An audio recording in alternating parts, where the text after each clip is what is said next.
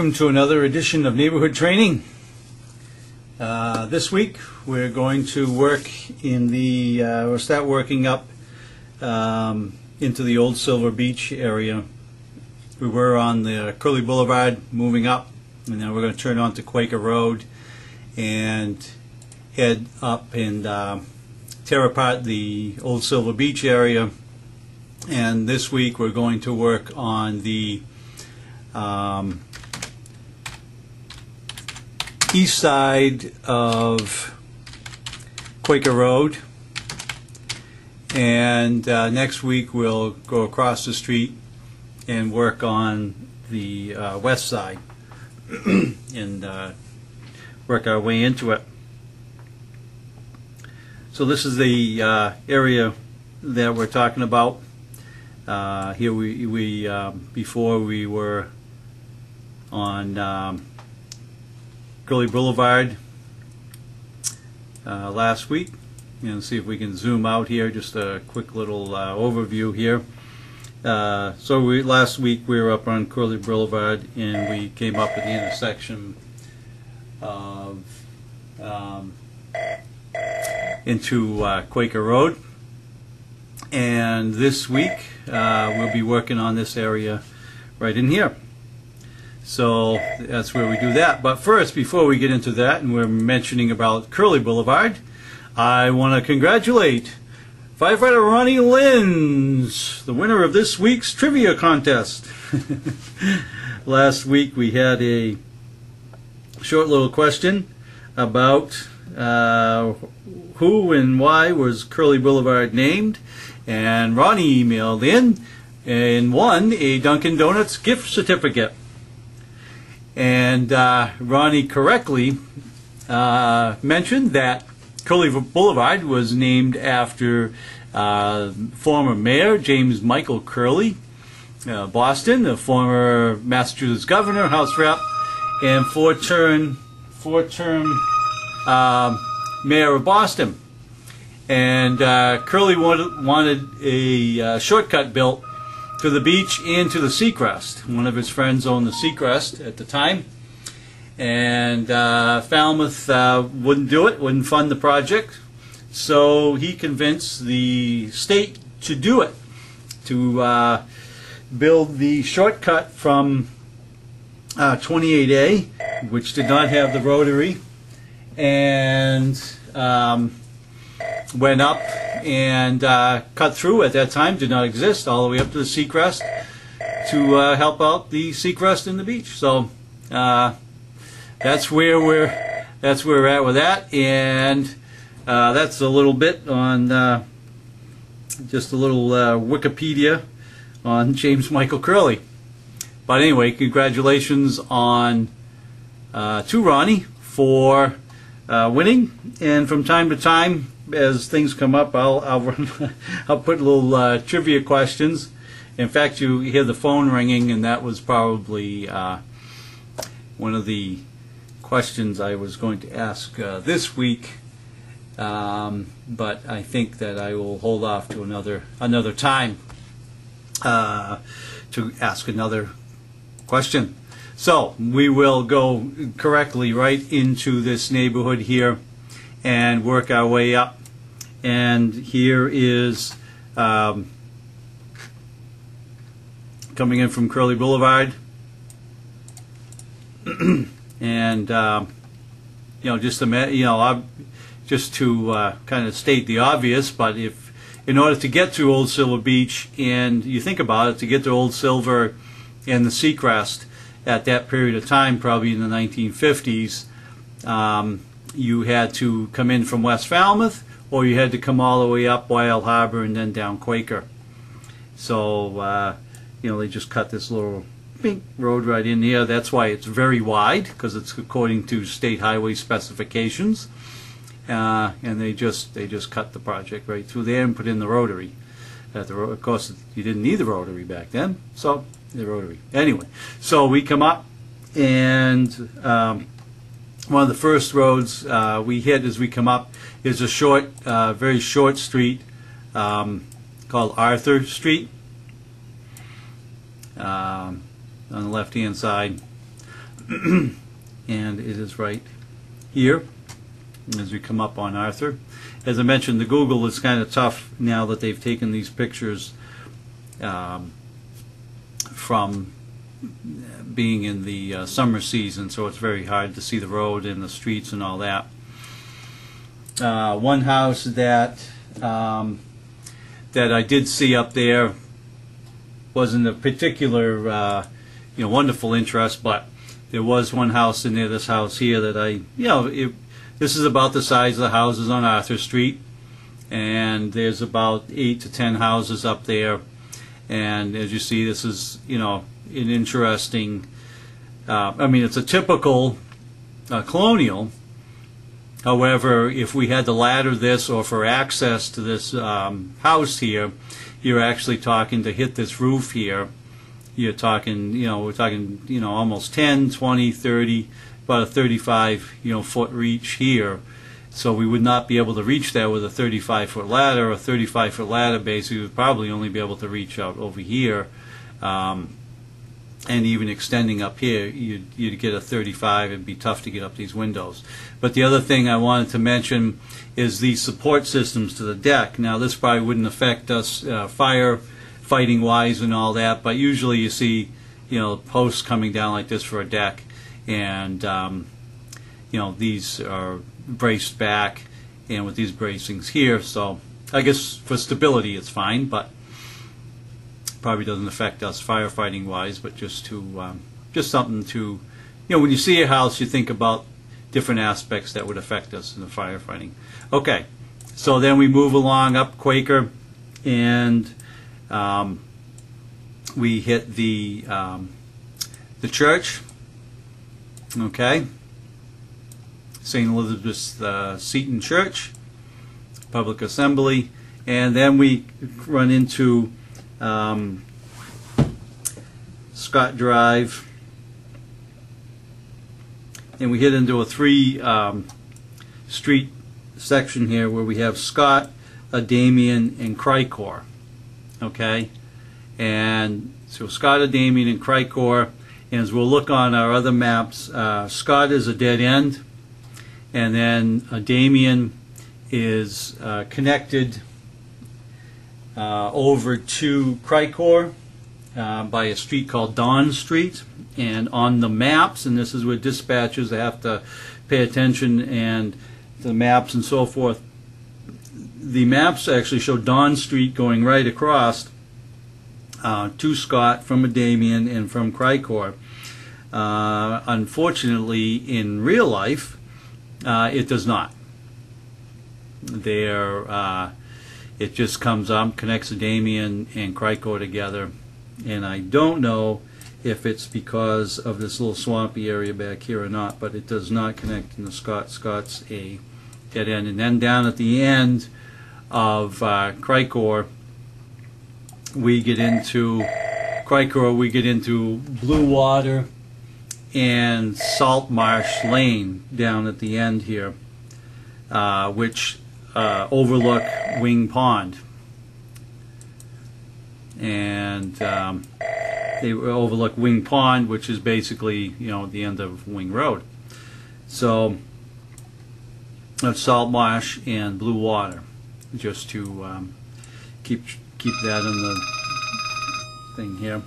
So then we also have what we get into next is we get into the area of Ard-Rye and what they call the Old Silver Estates. Now, I didn't know they called it Old Silver Estates, but it's this area basically in Ard-Rye and the Pammett Road. Now, these roads, at one time, it was the earlier development that was put in was this section in here, the Nauset Ave and Shawnee Road area, and subsequent to that, in the past 10 to 15 years, this Ard-Rye development had been put in on the other side. But we have, as you come in Ard-Rye off of Quaker, and we head off into Mystic Circle and Old Mystic Circle, and as we travel up the end of our drive, we get Webster comes across and connects all the roads right in here and ends up getting to a circle at the end. So our drive and Old Mystic, those houses in there are pretty substantially sized homes, and they are fairly large. When we get into the other side over here, we come into Shawnee Road, or Nauset Ave East. Okay, this is as we come in, Shawnee and Nauset Ave East come in over there, and we head down. Shawnee Road runs right down the end, and Nauset Ave East runs around the back side over here. Okay, so then we have Cumberquid comes across, and Shawnee Road, and I have this 14 Shawnee Road highlighted, and that's why the phone was ringing, because I was calling a source, our friend Todd Taylor, and trying to pick his brain on some information that I had I couldn't quite pinpoint. I knew that he would know. This area, 14 Shawnee Road, back in February 7th of 1988, we had two children die in a basement fire in Shawnee Road while the parents were home, sleeping on the first floor. The children were in the basement floor, and we lost two children in a pretty intense fire in the basement. And subsequent to that, a few of our members very valiant attempts to rescue the children. Todd Taylor, I believe Ronnie Linz, and John Todd, the former Coleman.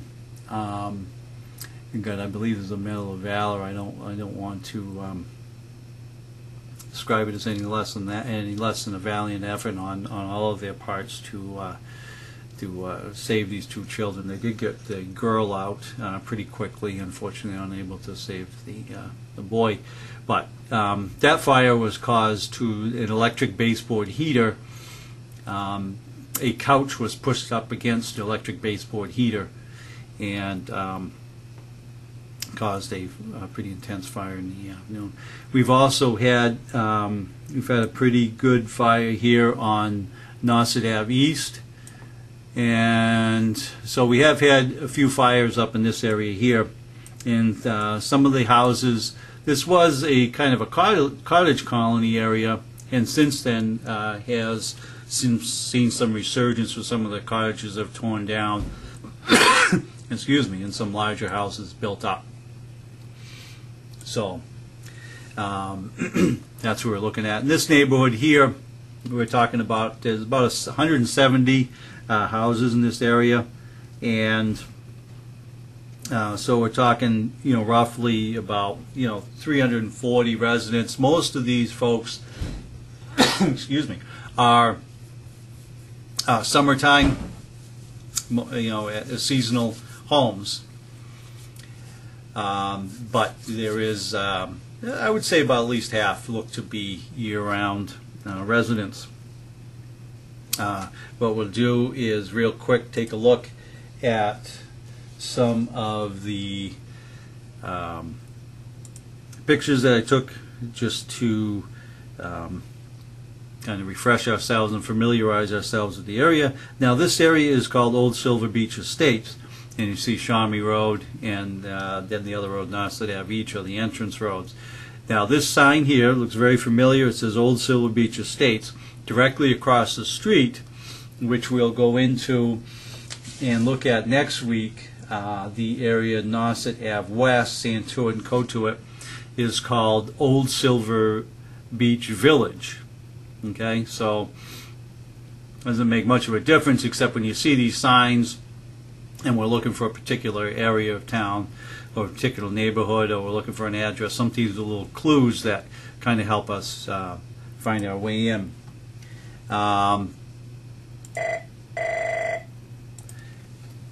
And next we will go, this is just a house, I believe that was the end of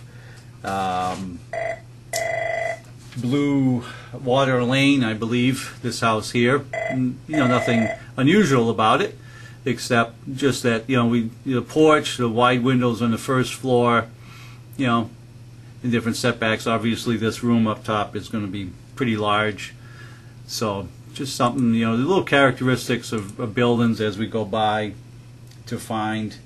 And then we'll take a quick look at this one here.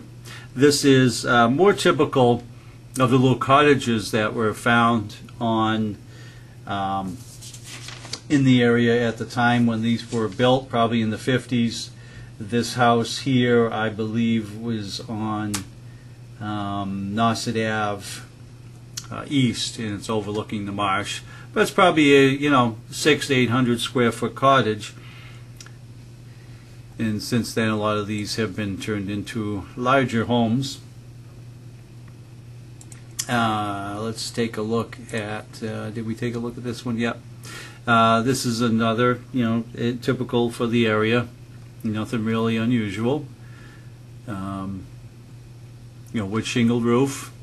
You know, probably in the order of 2,500 square foot. Colonial, garage in the end. You know, where the bedrooms, obviously second floor, stairway in the middle, going up. This window here is probably not in a room, however it could be. So that's one of the things we have to be careful of when we are entering a window up on the second floor, to make sure you're actually in a room and that this is just not a window overlooking a stairwell. So it's very important to sound the floors. And I think this house here we already took a look at. Let me just take a quick look at it. I think this is just another house in that general neighborhood. I just wanted to show the difference. Usually we see these capes and colonials and ranches, and this house here is a contemporary, and definitely different for our ventilation purposes. We'd have to get access up to the second floor up here, but we also have these skylights here that we could be breaking open. Unusual nowadays to see these LP tanks with the prevalence of natural gas throughout the town, but obviously we still have to keep an eye out for these tanks and make sure they don't levy or we don't have a leak or so forth from there. Pretty wide stairway in the front to get into, but the different characteristics as we go along. All right, now we will just quickly take a look at this map, excuse me. And this map really isn't going to show us anything we don't already know. Just looking around, I'm just basically showing this to show that we do have you know, full hydrants in the area. Is the area that I was telling you about before, where that Dawn Street does not connect over to Scott. So, you know, if you're giving directions or you're looking through, you're not going to get in there.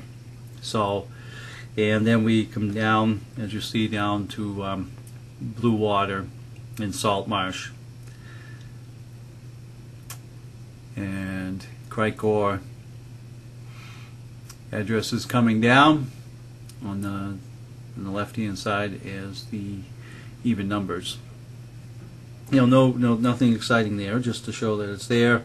And in this area here, we have, as you come in, Ardrey. Ardrey is going to go straight up all the way to the end, and you got Old Mystic Circle, and then Webster is going to come across and connect over, and then here we have oh, excuse me, pretty rude.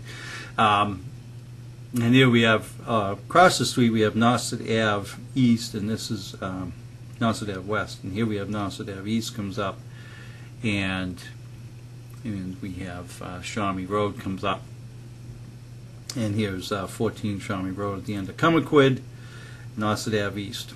Okay, nothing tremendously exciting, but that's the neighborhood that we're talking about.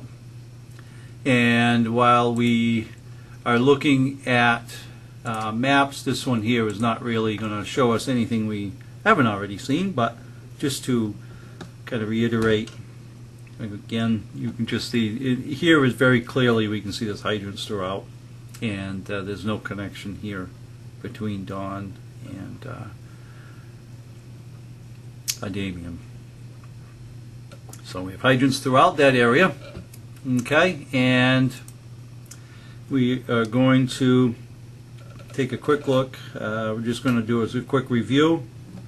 The Old Silver Beach, and we're going to call this part 1, and as we go, we'll go part 2 tomorrow. I mean, not tomorrow, we'll go part 2 next week. And approximately 170 single-family dwellings, with the exception of St. Elizabeth's Seton Church. That's a target hazard for us there. So, public assembly, but the rest of them are single-family dwellings, wood frame, approximately.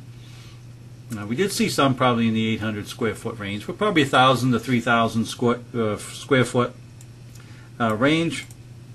The hydrants throughout. Most of the neighborhoods have utility, underground utility, are dry, and the newer sections of Nauset Ave have it. But that's just something to keep a lookout, and it's our responsibility, either engine operators or ladder operators, or if we're going to utilize ground ladders, is always be on the lookout for the overhead all the time for danger. But also, if it does have underground utilities, we see the transformers on the ground, then we can set up the stick and do that. We don't even have to have that enter our mind, so it just makes things a lot easier. Just went down Arthur Street.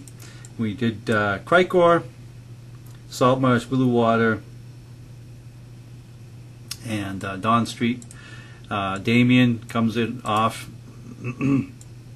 of Quaker, and as we mentioned, Ard Rye and Old Mystic Circle, and they come down to the end and meet up with this section here, Nauset Ave East, Pamet Road, Shawnee Road, Comaquid, and Webster, and that's called Old Silver Beach Estates. As we talk once again, we'll talk about travel distances and response times. Station 3 is a little over 2 miles of response time, and I say 6 minutes. I say that because from the time of our turnout, from dispatch time and everything else, hopefully we can get there within 6 minutes. We should be able to get there within that time frame, but that just kind of gives us a thing. Station 4 is going to be coming right in on your heels, so you do have backup pretty quickly with the engine. Headquarters is 7 miles away, and a lot of stopping and starting and small roads to get down with 21 and 26, so you're going to be looking at 10 minutes before you get them up there.